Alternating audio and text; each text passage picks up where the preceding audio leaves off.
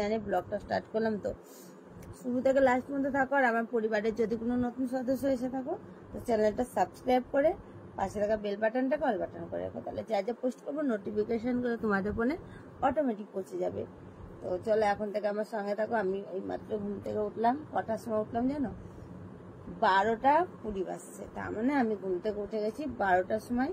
20 minute ধরে আমি একটু ফোনে গল্প করছিলাম আমার হাজবেন্ডের সাথে। দুধ মুছেছিলাম আমি। পাখা দেখবে ধুলো পড়লে না পাখা হাওয়া কমে যায়।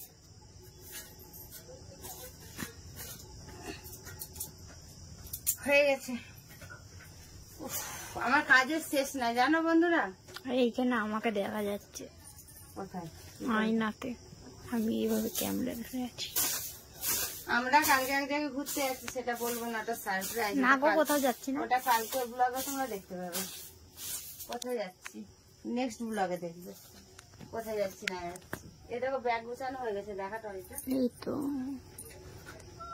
এই যে টলি গোছানো হয়ে গেছে। নেক্সট ব্লগে দেখবে কোথায় যাচ্ছি ঘুরতে আমি, বুঝলে?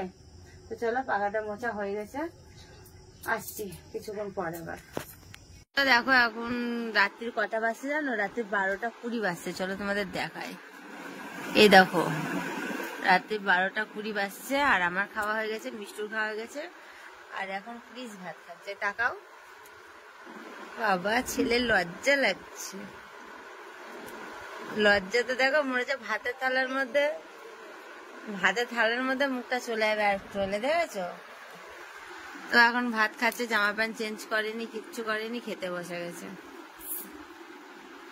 চলো খাওয়া দাওয়া করে নে, খা। আর আমার তো খাওয়া দাওয়া হয়ে গেছে, আমি একটু পরিষ্কার করবো বলে বসে আছি একটু হাতে এখন। তো চলো ব্লগটা আজকে আমি এখানে শেষ করছি। ভালো লাগলে একটা লাইক কমেন্ট শেয়ার করে দাও, চ্যানেলটা সাবস্ক্রাইব করে পাশে থাকা বেল বাটনটাকে অল বাটন করে